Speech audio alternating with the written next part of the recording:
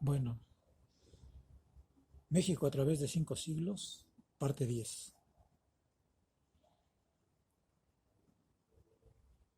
Hablábamos de Antonio López de Santana. Ya una vez establecida la República, había muchos grupos.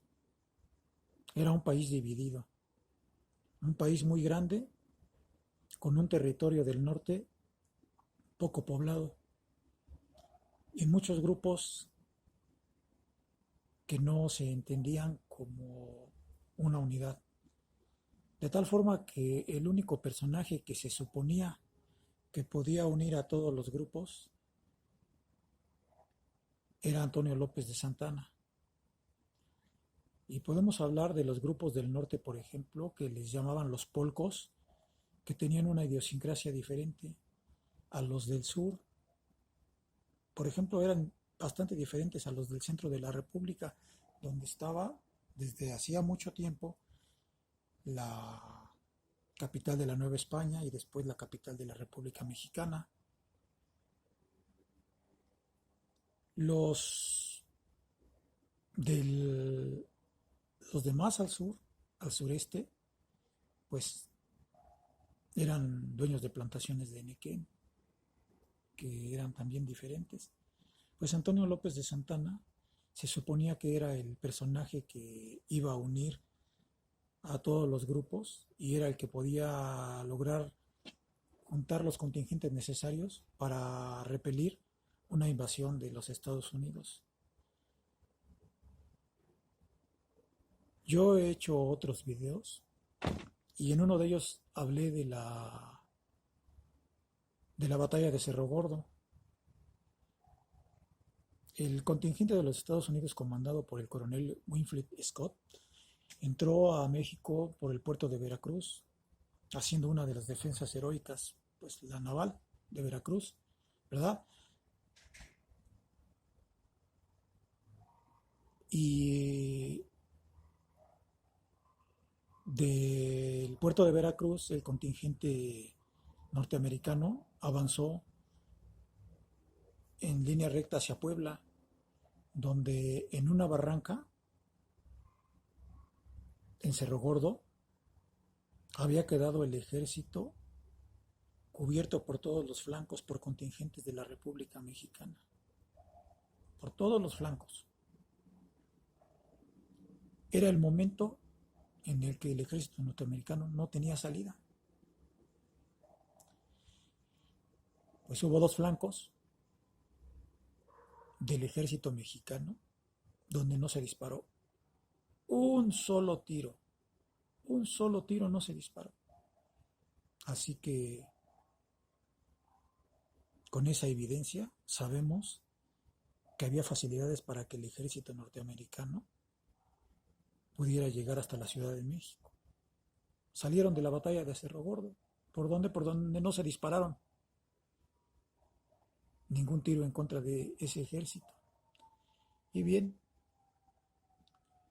el ejército, es más, el ejército norteamericano venía dividido entre cristianos, presbiterianos y católicos irlandeses.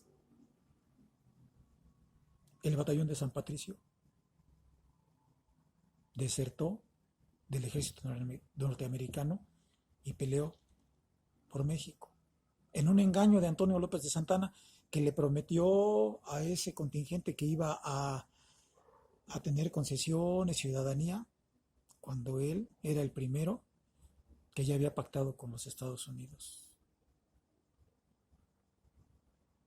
Pues bien, los contingentes de México siempre tenían una estrategia equivocada. E incluso hay evidencia que antes de llegar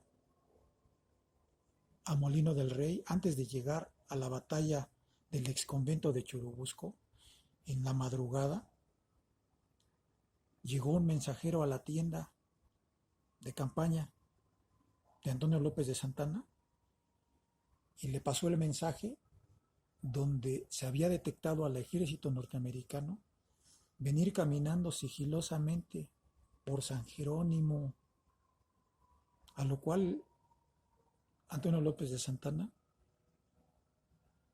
desestimó el mensaje y le dijo, ¿usted qué sabe, muchachito? Palabras más, palabras menos, está en las declaraciones y está en el Archivo General de la Nación el mensaje. No lo podemos leer porque estamos haciendo una narrativa. Pero se pudieron haber quedado en los pantanos. Les pudieron haber caído por sorpresa o pudo haber habido una escaramuza antes de llegar a Coyoacán. Los contingentes de México que estaban defendiendo su patria contra el contingente invasor. Pues no, tuvo todas las facilidades el ejército norteamericano para llegar al exconvento de Churubusco, donde se hace una defensa desigual sin par, donde los generales norteamericanos, bueno, los altos mandos norteamericanos, apresan al general que estaba al mando del exconvento de Churubusco, que en ese momento era cuartel. Habían derrotado al batallón que hizo frente a los norteamericanos, que era el batallón de San Blas. Al frente estaba el coronel Xicoténcatl. Y al apresar al general Pedro María Anaya, le preguntaron, ¿dónde está el parque? La contestación fue, si yo tuviera parque, usted no estaría aquí. Estaba mal armado, con todas las facilidades para los norteamericanos.